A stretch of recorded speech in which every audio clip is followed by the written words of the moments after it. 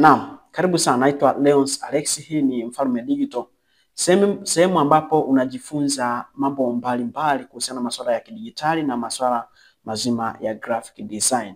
Kwa siku ya leo nimekuandalia somo kuhusiana na matumizi ya tools kwenye program ya Adobe Photoshop. Hivyo ambatana nami kuanzia mwanzo mpaka mwisho ili uweze kujifunza. Na kwa siku ya leo hasa tutagusia tools 4, ambapo tools ya kwanza tutajifunza kuhusiana na move tool, lakini pia tools nyingine tutajifunza kuhusiana na rectangle tool, type tool na marco tool.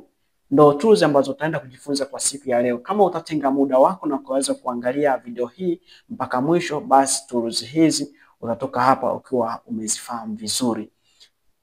Tuanze sasa katika kutumia tools zetu.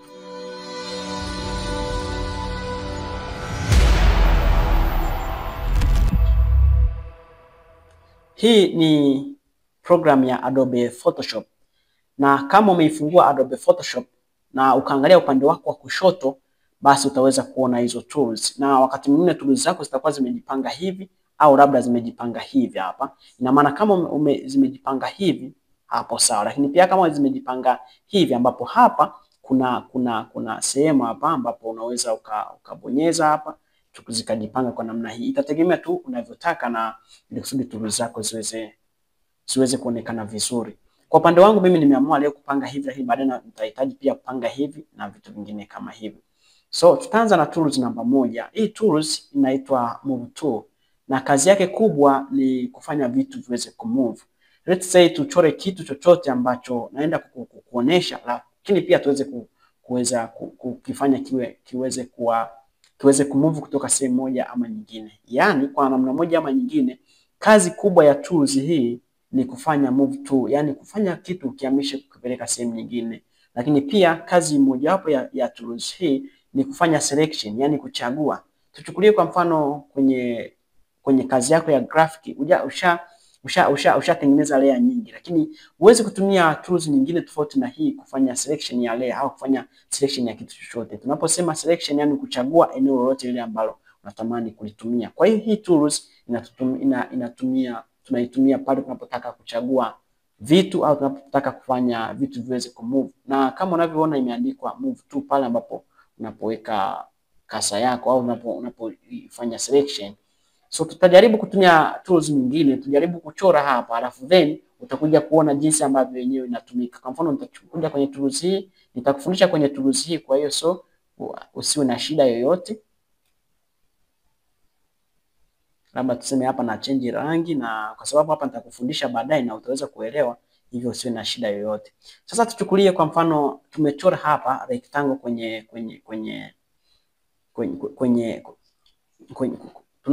tumechora hapa kwenye uwanja wetu ambao tunaenda kufanyia kazi au tuseme kwenye interface. Na jinsi ambavyo tumechora maeneo haya, lazima tutumie tools hii ili kusudi tuweze kumove kitu hiki kitoke chini, labda kitoke juu kiende chini, au labda tuseme labda tukipandishe juu, au labda tukipandishe pembeni, au labda tuchukulie au tukiweke katikati kabisa. Kwa hiyo kwa kutumia move tool au selection tool, hii itaweza kutusaidia kufanya hivyo. Ndio tools muhimu ambayo inatumika kufanya hivyo. Lakini tuchukulie kwa mfano twende huko kwenye upande wa layer, upande wetu wa kulia hapa, tukigusa hapa chini tunakuwa tumeselect layer ya kwanza. Ikitoka tunataka kuselect layer hii ya hiki kitu ambacho tunasema ni rectangle ambayo tumeichora hapa, itatubidi tumie selection tool ili kusudi tuweze kuselect, yani kuchagua hiyo rectangle yetu. Kwa mfano hapa nitabonyeza, nitakapobonyeza hapa nitakuwa nimeichagua hii, au naweza nikabonyeza katikati, lakini nimetumia tools hii. Kwa mfano nikibonyeza hivi utaona kabisa nimeifanyia selection, yani nimeichagua. Tuchukulie kwa mfano nilikuwa nimeshika hapa, lakini pia nikaja kugusa hapa. Nikigusa tu hapa sipati chochote, kwa sababu mimi lengo langu ni kuselect hapo. So itakubidi utumie move to au selection tu, kwani nikibonyeza hapa tu itaweza kuwa selected. Kwa hiyo unaona kabisa kwamba move tool ipo namna hivyo. Lakini pia move tool, ukiright click kwenye move tool hapa pembeni hapa, ukiright click Hapo kuna kitu unaona kuna sehemu mbili. Kuna sehemu ya kwanza ambayo imeandikwa move to, lakini pia nyingine imeandikwa artboard. Katika eneo hili la artboard tunaenda kulizungumzia kwa siku nyingine, ambapo hapa hasa tunaenda kuona kazi ambazo zinakuwa na page mbili. Kwa mfano tuchukulie labda tuseme business card. Kama ikitokea unataka kutengeneza business card ambayo ina upande wa mbele na nyuma, hii artboard ndio moja ya kitu ambacho utaenda kukitumia ili uweze kutengeneza page ya kwanza na page ya pili. Tutaweza kuona hapo mbeleni ambapo ni kwa namna gani unaweza kutengeneza page ya kwanza na page ya pili na zikiwa zinalingana hasa. Kwa hiyo hii artboard utaibonyeza pale ambapo unataka kuongeza page nyingine. Hivyo kwa siku ya leo hatutogusia hapa, lakini nimekueleza kwa namna hiyo. Baada ya hapo nimekuambia kwamba tunajifunza tools nne, ambapo tools namba moja tunajifunza move to au selection to. Na tools nyingine ambayo nimekufundisha kwamba tunaenda kujifunza kuhusiana na rectangle. Hizi ni tools ambazo hasa kwenye kazi zako za graphic design lazima ukutane nayo. Tukizungumzia rectangle ndio hii hapa. Hii hapa unaona kabisa imeandika rectangle 2. Na siku zote katika graphic design tools sometimes unakuta zina option zaidi ya moja. Kwa mfano hii rectangle ina option zaidi ya moja. Ukitaka kuona hizo option, tafadhali angalia hapa chini kuna eneo la mshale hapa chini hapa hivi. Ukiright click hapa utaona options zilizopo pale kwenye rectangle 2. Ukiright click unaona rectangle 2, ukiright click pia hapo unaona kuna rounded rectangle 2. Hapo pia chini unaona ellipse 2 na polygon 2, line 2, custom shape 2. Hivi vitu tutakuja kuviangalia kwa siku ya leo, na utakapomaliza video hii hakika utakuwa umeelewa vizuri kama utakuwa umenifuatisha kuanzia mwanzo mpaka mwisho. Basi tuanze na hii rectangle 2 na nitakwambia watu wanaitumia wapi. Hii ni kwa lengo la kuchora shape ambazo zinakuwa ni za pembe nne. Pembe nne iliyokamilika unaweza ukaitumia kwa kutumia rectangle hii. Kwa mfano nafanya hivi hapa. Nachora hivi. Nitakapokuwa nimechora hapa hivi, fikiria sasa hivi tumeshaanza kutumia tools mbili. Tools ya kwanza ni rectangle 2 na tools ya pili ni move to, ambapo hapo awali nimekuelezea kazi ya move to ni nini. Kwa hiyo rectangle hii hapa naweza nikaichora nikaiweka hapo pembeni, nikaiweka hapo pembeni rectangle yangu hii hapa. Lakini pia hapo right click kuna rectangle ambayo pia hii ambayo rounded rectangle. Kwa hiyo hapa naenda kuchora rounded rectangle ambapo nabonyeza hapa, alafu nachora rectangle nyingine. Nachora hapa hivi. Ukija kuangalia kwenye kazi yako utakuja kugundua kwamba hii imetofautiana na hii kidogo. Unaiona kabisa hii imejikunja kidogo kwenye pembe, lakini hii pia haijajikunja. Nitakufundisha zaidi kuhusiana pale utakapotaka kuzikunja vizuri hizo pembe, lakini hapo awali hakikisha unaelewa kwa undani kuhusiana na rectangle tofauti kati ya hii na hii. Hii imejikunja automatically, hii itakubidi uende kuikunja, ambapo kama unavyosikia inaitwa rounded rectangle. Lakini pia katika somo hili pia hakikisha kwenye rectangle hapa na right click unaona kuna ellipse. Ellipse 2 hapa tunachora duara, na duara kuna kanuni mbili za kuchora duara. Tafadhali naomba unisikilize vizuri kusudi uweze kuelewa, maana watu wengi huwa wanakosea katika eneo hili. Naenda kuchora tu duara kawaida, baadaye nitakuonyesha kanuni mbili za kuchora duara. Naenda kuchora tu duara langu, nalichora hapa hivi. Nimeselect ambayo sio yenyewe, kwa hiyo naenda ellipse 2 hii hapa. Kumbuka baada ya kuchagua tools yoyote au baada ya kuchagua kwenye rectangle, baada ya kuchagua aina ya shape ambayo unaenda kulichora kwenye rectangle 2, usibonyeze tu, badala yake uguse, ambapo unagusa left click kwenye mouse yako, left click au kwenye uwanja wako wa mouse kama unatumia laptop, basi unabonyeza, unagandamiza upande wa kushoto, alafu pia unashikilia mouse yako na unaanza kuchora. Kwa hiyo nashikilia hapa chini kwa kushoto, alafu then nachora. Nilivyochora nimepata shape hili hapa ambalo ni duara. Unaona? Lakini sasa hapa kuna watu wanakosea. Inabidi ujiulize duara lako ambalo unataka kulichora, unataka duara lako liwe linalingana au liwe katika shape ambayo sio sahihi. Ninaposema duara ambalo linalingana, lenyewe duara linakuwa iko hivi. Linalingana pande zote kabisa. Lakini nikisema duara ambalo halilingani, ambao ni rounded rectangle ambayo hailingani, utaona hii hapa. Ukiona Unaona duara ambalo nimelichora hapa na duara ambalo nimelichora hapa, tena ngoja nibadilishe rangi kabisa. Duara ambalo nimelibadilisha hapa na duara hili ambalo nimelichora hapa, unaona kabisa kuna utofauti fulani ambao unafanyaje, unaonekana. So kuna duara hili na kuna duara hili hapa. Hapa kuna watu wanakosea. Unakuta mtu anataka kuchora duara hili, anachora hili. Na unakuta anataka kuchora hili, anachora hili. Sasa naenda kufundisha ni kwa namna gani unaweza kuchora duara sahihi na kwa njia sahihi. Hatua ya kwanza, ukitaka kuchora duara ambalo linalingana, kwa mfano tuchukulie labda unataka labda unatengeneza poster kwa ajili labda tuseme mkutano wa Injili, na ukaamua watu utawaweka kwenye maduara hapo ambao wale watakaoingia kwenye tukio hilo, au tuseme wachungaji watakaohudhuria mkutano huo. Kwa hiyo kitu cha kwanza wewe utahakikisha unachora duara linalolingana. Sisemi na kukadirisha kwamba lazima uchore duara linalolingana kama unatengeneza poster ya namna hiyo, lakini nimeamua tu nikwambie hivi kwamba kuna umuhimu wa kuchora duara linalolingana na kuchora duara ambalo halilingani. Okay, tunachora hivi duara ambalo linalingana. Unaenda kwenye rectangle, una right click na unapata ellipse tool. Baada ya hapo, kabla hujagonga, yani kabla hujagusa, tuseme unaweka tu kasa, nimeiweka tu hivi sijagusa. Yani sija click sehemu yoyote. Baada ya kuweka hapo, ninashika shift upande wa kushoto. Nashika shift na shika na left click, ambapo nagandamiza moja kwa moja, alafu sasa ninachora. Nikichora duara langu litakuja linalingana vizuri.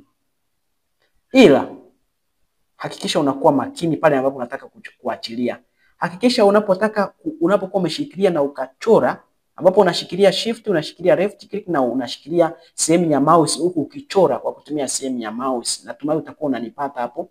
Utakapoachia, hakikisha unaachia kwanza kwenye left click, alafu then unaachia kwenye shift, alafu then unaachia moja kwa moja. Duara lako litakuwa limeenda vizuri. Kama utaanza kuachia kwenye shift, duara lako linaweza likaharibika licha kwamba linalingana. Hivyo hakikisha unaachilia kwanza kwenye eneo la left click. Kwa hiyo naachia kwenye eneo la left click, alafu naachia hapo moja kwa moja. Duara langu linakuwa hivyo na linakuwa linalingana kabisa. Sijui kama umenipata vizuri. Okay. Hapo tunatoka na nataka kuchora sasa duara ambalo, tuchukulie nataka kuchora duara ambalo halijashikana. Ili hapa duara ambalo halilingani. Ili duara ambalo halilingani, nashika left click tu, wala shiki shift, nachora tu hivi vyovyote, nachora tu, napeleka mouse sehemu yoyote, duara linajitengeneza na duara lenyewe ni kama hili hapa. Sijui umenielewa, natumai utakuwa umenielewa. Kama hujanielewa, basi hakikisha unaniuliza ni kwa namna gani ambapo unaweza ukafanya kwa kutumia namba ambazo zipo hapo kwenye video hii au kwenye description hii ambapo nimekuwekea hapo chini. Iko hivyo yani, iko hivyo. Baada ya hapo basi mimi naweza nikafuta, ninafuta hizi ambazo nimezichora, basi naendelea na tools ambazo naendelea kuzitengeneza, ambapo nakuja hapa na right click na enda tools nyingine au tools nyingine kwenye rectangle. Kwa hiyo nafuta hizi, naomba nifute hizi. Nafuta hizi kwa kubonyeza caps lock, nazifuta zote hizi kwa kubonyeza caps lock. Nazifuta hizo zote kwa kubonyeza caps lock. Alafu then nakuja kwenye rectangle tu hapo, nakuja polygon. Nakuja kuchora. Kama unahitaji ilingane pia na yenyewe unaweza ukatumia hiyo technique ya shift. Lakini pia kama unahitaji ilingane basi. Na najua ulishawahi kukutana na hiki kitu ambapo labda unakuta mtu ametengeneza, lakini ametengeneza mashape kama haya na ameyapanga hivi. Ameyapanga hivi hapa. Kwa hiyo unakuta sometime naomba nikuongezee kitu kimoja, lakini pia hii sio tools but ni shortcut Control J. Control J hii unasaidia kutoa vitu viwili. Hiyo nimeiongezea kama ya ziada, lakini leo nitaka nikufundishe uelewe kuhusiana na tools. Kwa hiyo tools zetu ziko hivi, na umeweza kujua kwamba tunatumia move tool kuweza kuselect huku, tunatumia rectangle tool kuja kuchora. Kwa hiyo naomba usije ukachanganyikiwa hata siku moja. Okay, kwenye rectangle hapa kuna option gani nyingine? Na right click naona kuna line hapa. Line hapa. Okay. Unaona hii line ambapo unaiona hapo. Yes. Unaweza ukaamua kuikuza. Sometimes kuna sehemu utahitaji kutumia line, lakini line sawa utatumia, ila kuna sometime unaweza ukajitengenezea line zako wewe mwenyewe kwa sehemu nyingine kwa kutumia labda rectangle hapo chini na ukaweza kutengeneza line ya kwako. Kwa hiyo hiko hivyo, na tuchukulie hiko hivyo na nimeweka hivyo.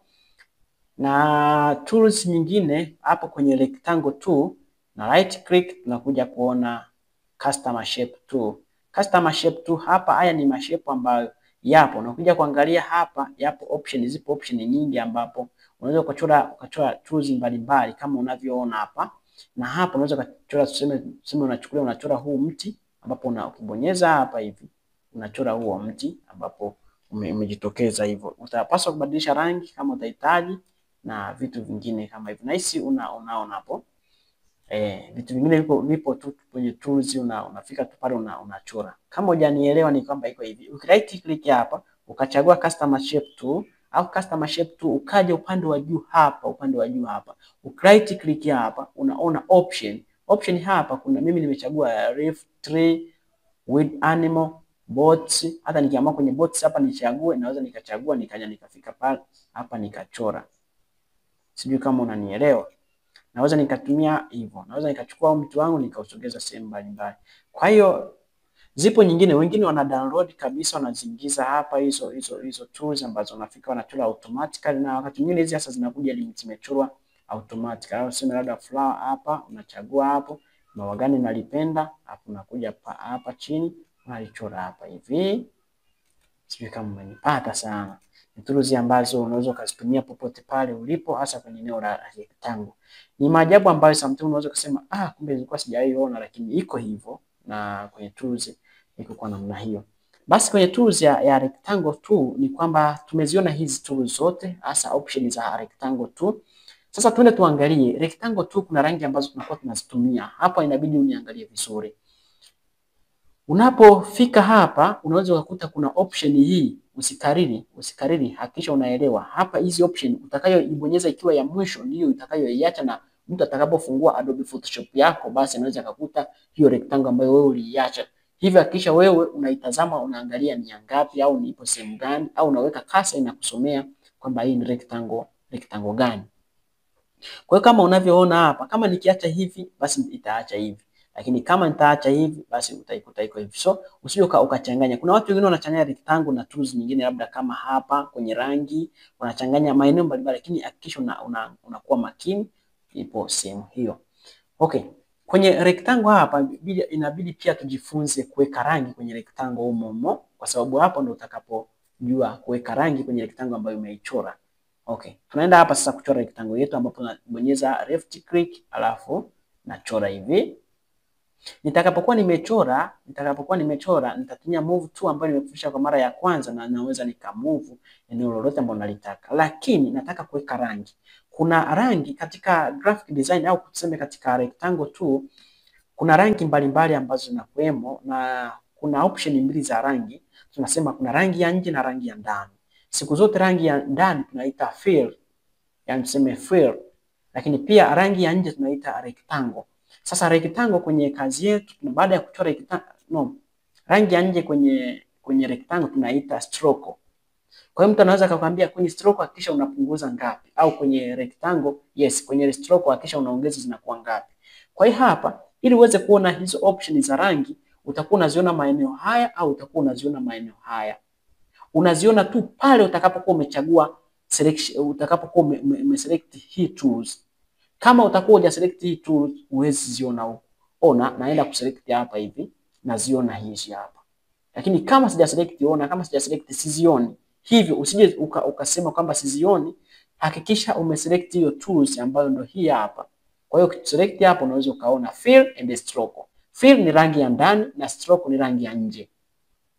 Hakikisha unakuwa makini hapo. Ambapo fill tunaenda sasa kubadilisha, tuseme labda mtu anataka tupate rangi ambayo tunataka kuweka, labda tunataka kuweka njano. Tunabonyeza hapo, alafu kazi yetu, duara letu linabadilika linakuwa njano. Kwa hiyo tunabonyeza pia hapa ili tuweze kupata rangi. Nimekwambia lazima tu tumeselect hapa hivi. Ambapo tunarudi hapa,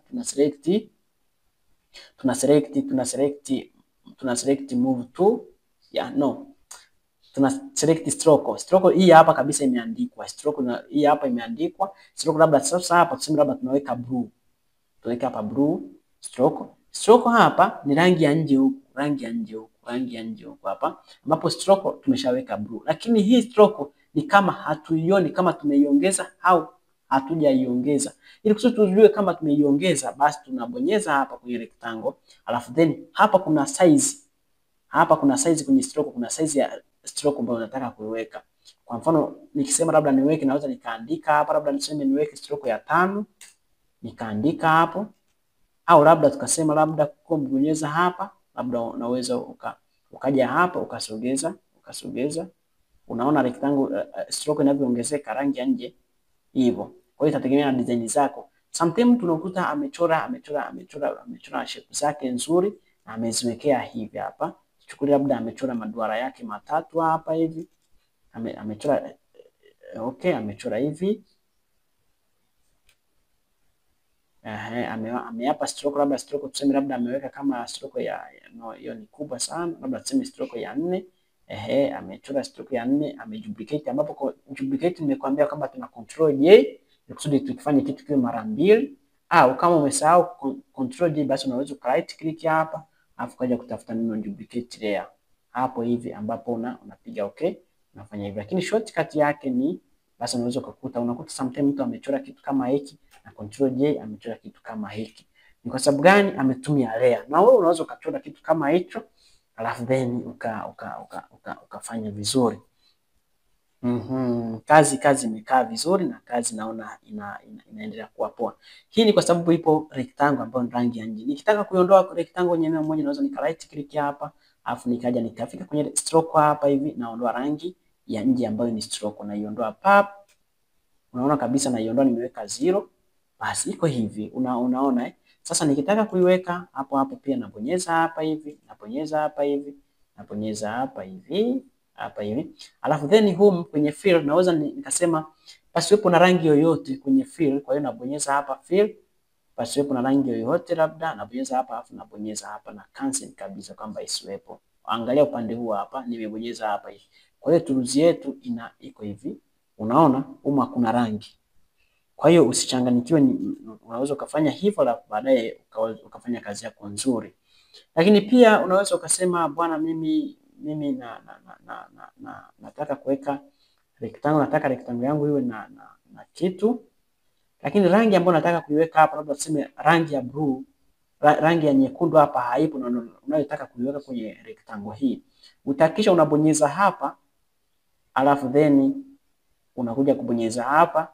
Unabonyeza hapa alafu then unapiga okay. Ukipiga okay itakuwa hapa na itakuwa ile rectangle yangu hii hapa. Nabonyeza pap, alafu nakuja hapa nabonyeza red. Utaona kabisa imeingia.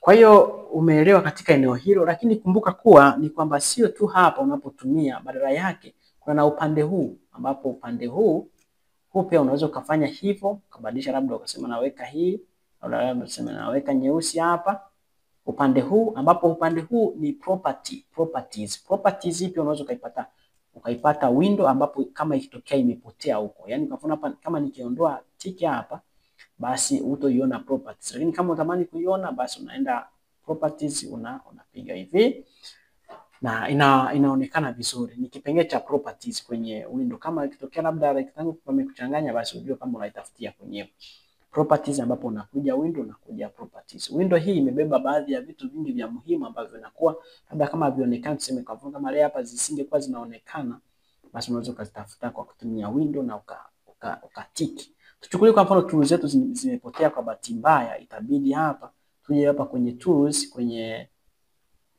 tuje hapa hivi tutafute neno tools alafu to antick. Sasa then to stick. Kwa mfano hapa hivi nikiondoa tiki hapa kwenye tools hapa hivi, utaona nikiondoa hizi utaona zinapotea hivi hapa. Sometimes unaweza kufika kwenye Photoshop au tuseme labda mtu anataka kukupa kazi fulani umfanyia, akafita tu hizo tools.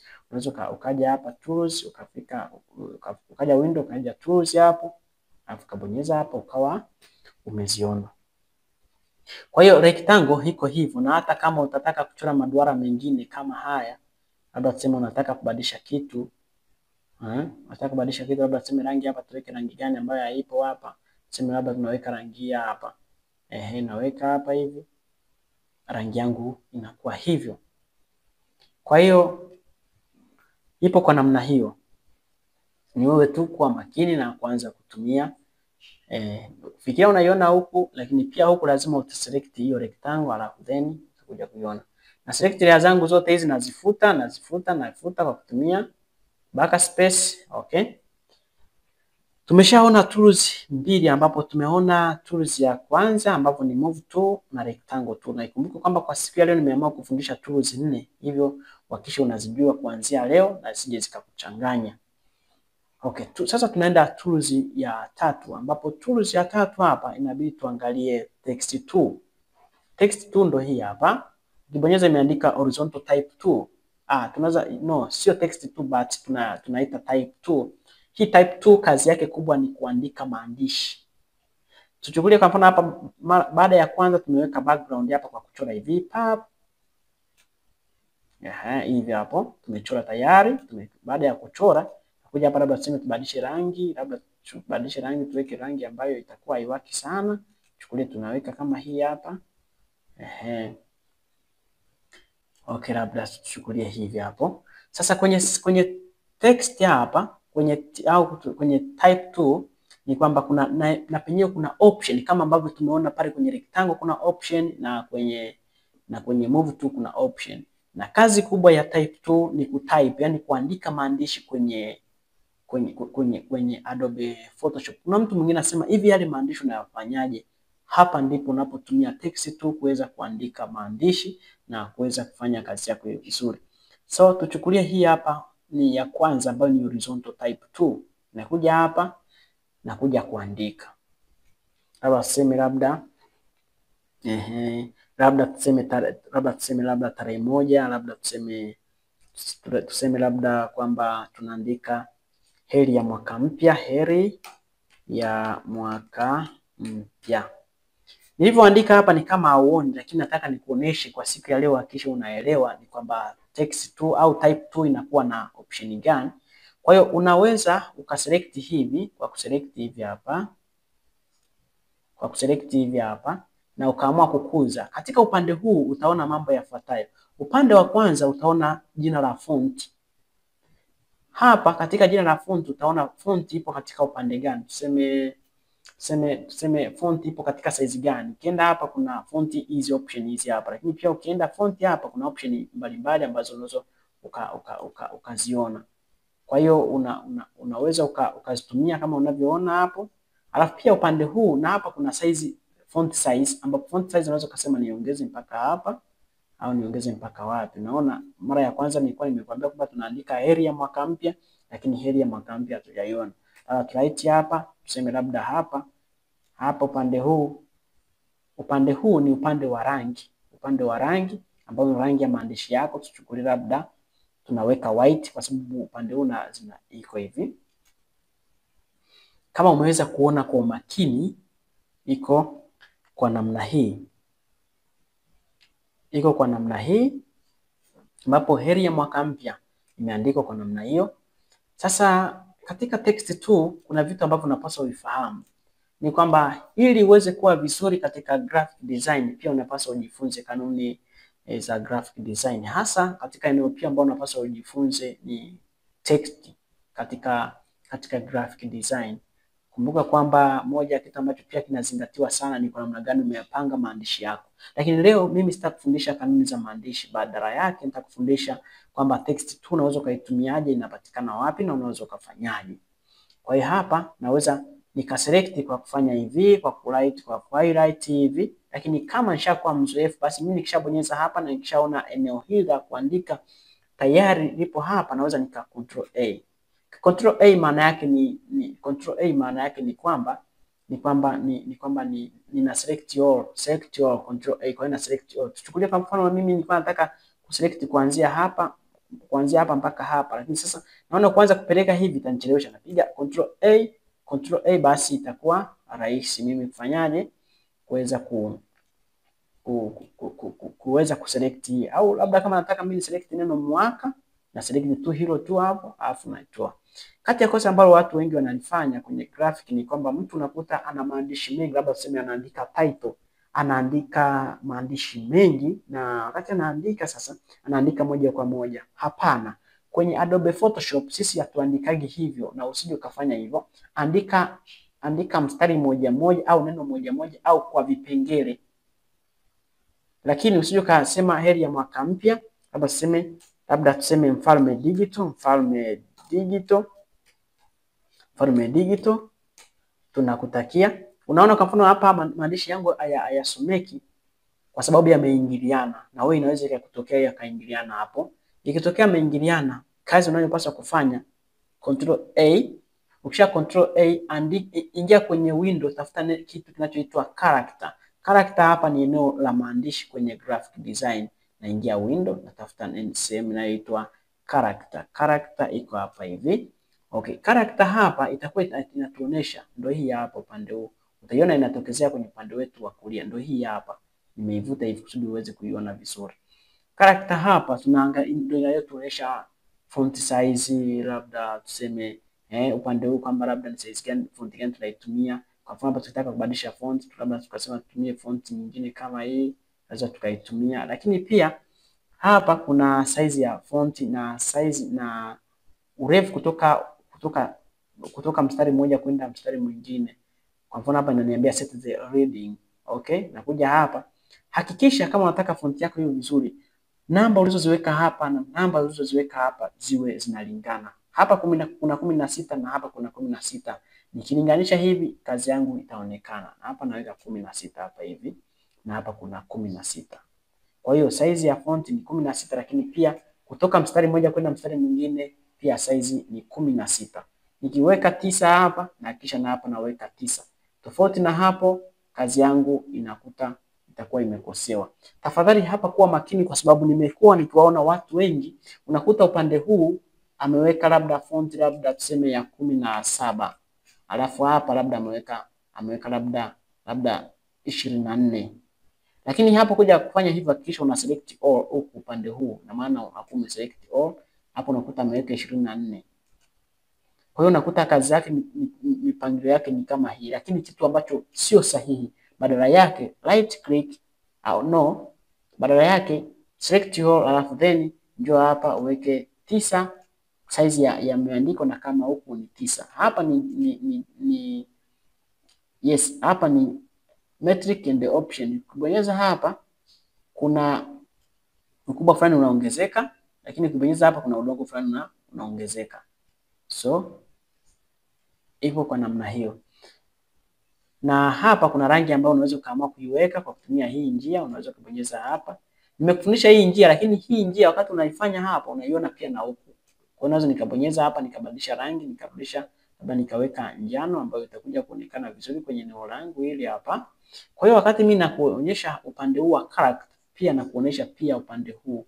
Hii ni sana kule kwenye properties, ambapo nilikuwa nakwambia kwamba option hii inapatikana huku, lakini pia inapatikana kwenye kipengele cha properties. Na hapa pako hivyo, ambapo hapa rangi unaweza ukaweka hivi na hapo ukaiona ipo huko.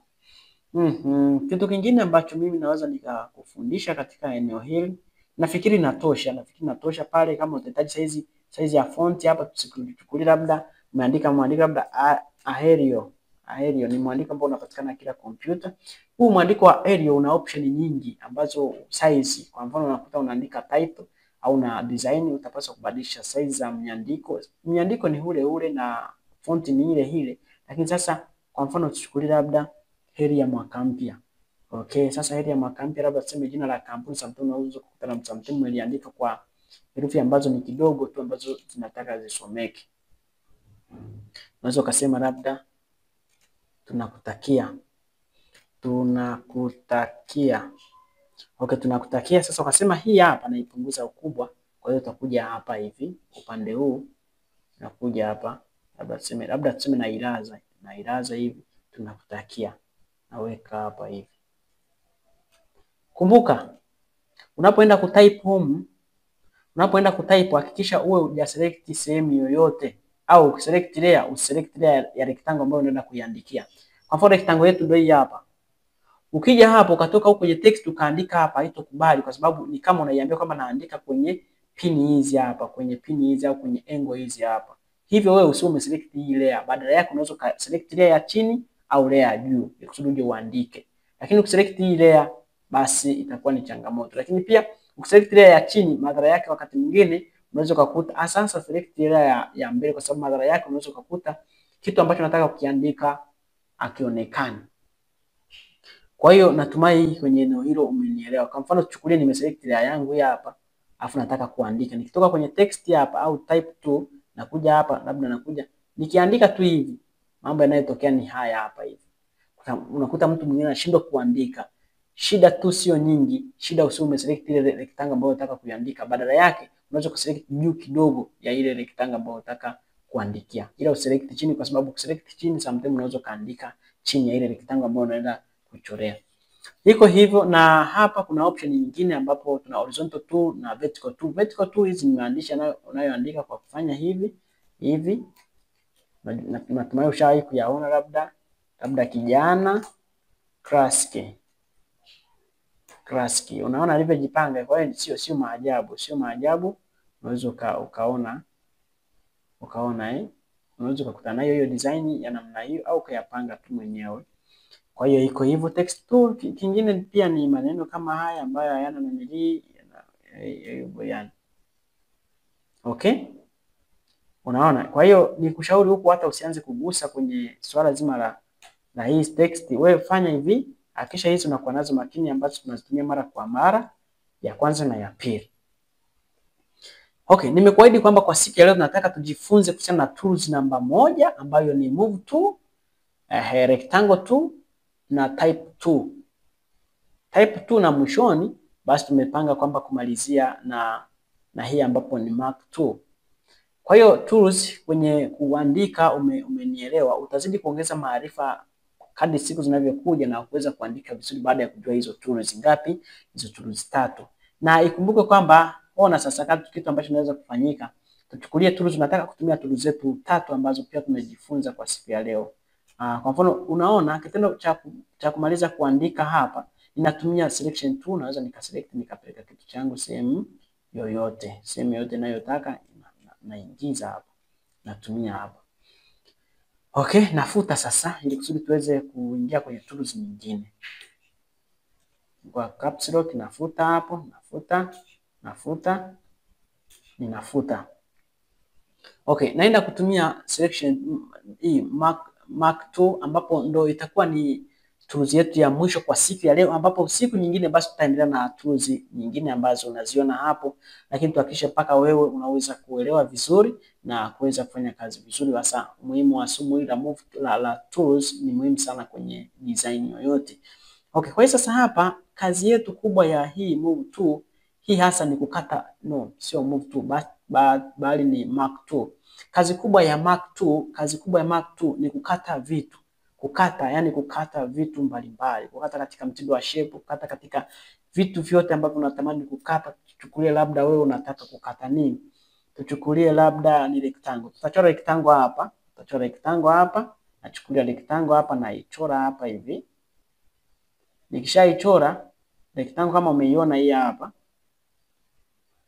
Rectangle yangu hii hapa. Sasa hii rectangle nataka ni kate. Labda tuseme nataka kutengeneza shape fulani hivi, naweza nikalisogeza hii hapa. Nikaenda kuikata. Nakuja hapa move to mark tool ambapo na mark tool ambayo yenyewe ina option pia mbalimbali kama unazoziona hapa hivi. Kama unavyoziona hizi hapa. So hizi hapa na ambacho naenda kukifanya ni kwamba naenda kukata, labda tuseme nataka kukata maeneo haya. Kwa hiyo nakata hivi na nimeshapanga rectangle yangu vizuri. Na ikumbuke kwamba unapoenda kukata hakikisha kwenye layer zako una select kile kitu ambacho unataka kukikata. Hakikisha umeselect kwa makini na ndipo unavyoweza kufanya vizuri zaidi. Kusudi usije ukachanganyikiwa.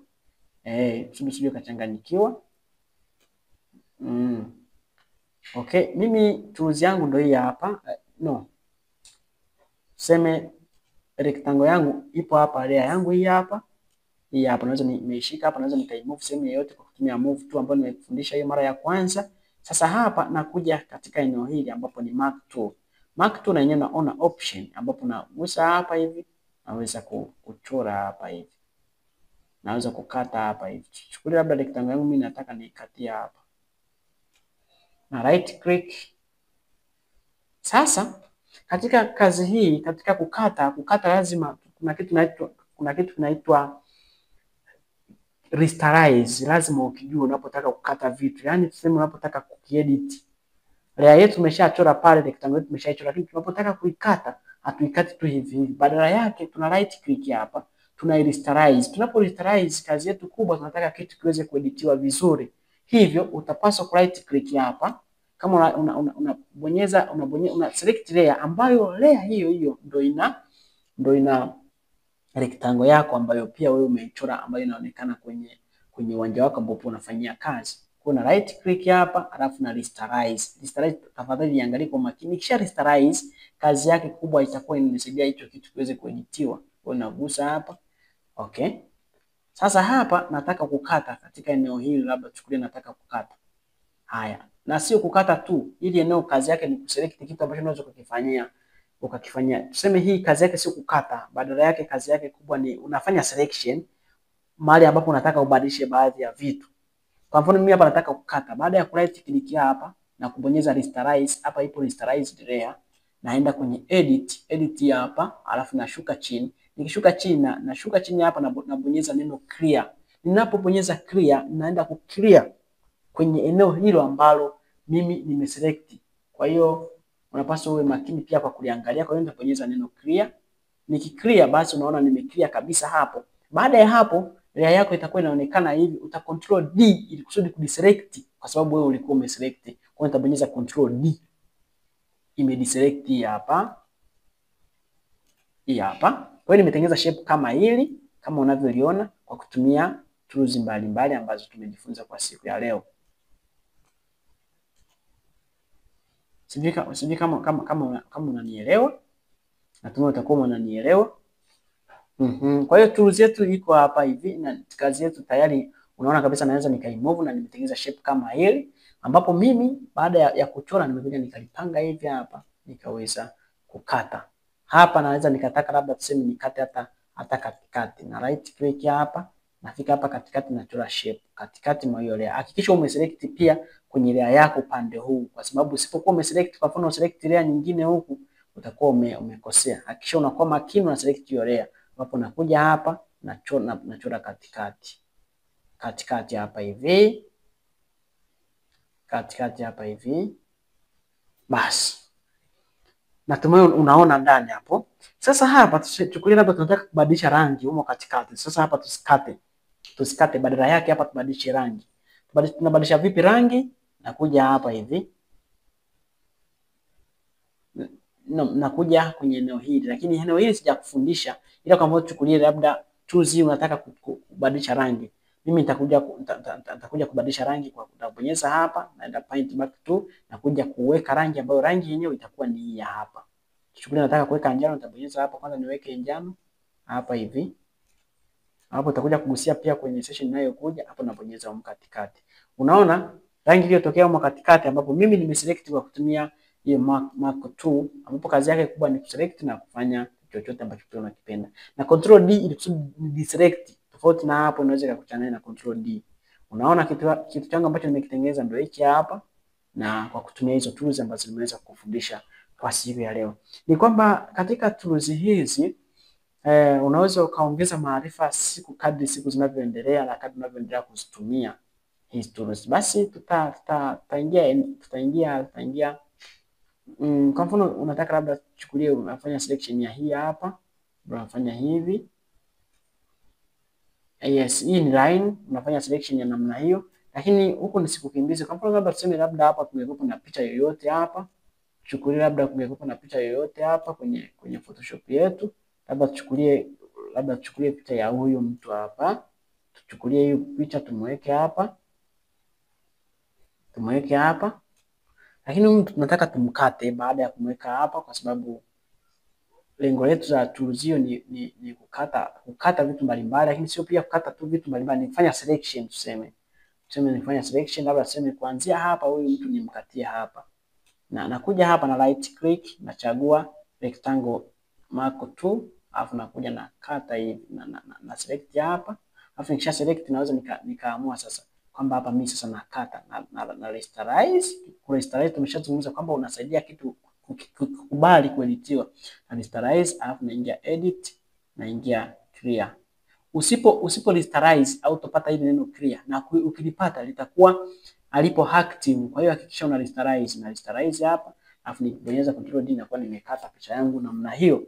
Kwa hiyo tutaenda kujifunza baadaye kuhusiana na kuingiza picha na vitu vingine kama hivyo, lakini kwa siku leo tumejifunza kuhusiana na move tool, mark tool, rectangle tool, text tool, type tool.